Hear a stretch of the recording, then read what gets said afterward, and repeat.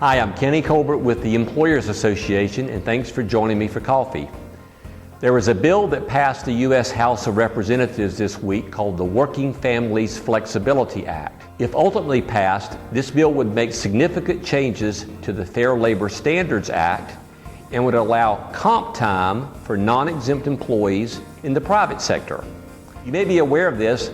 Non-exempt government employees have been eligible for comp time for a number of years, but it is illegal for private sector employers to offer comp time to their non-exempt employees. In the private sector, if a non-exempt employee works more than 40 hours in a week, he has to receive overtime.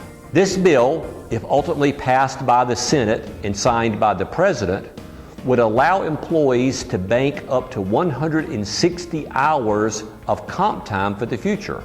So the employer and the employee would have the opportunity to mutually decide if the employee was to receive overtime or bank that overtime for future use.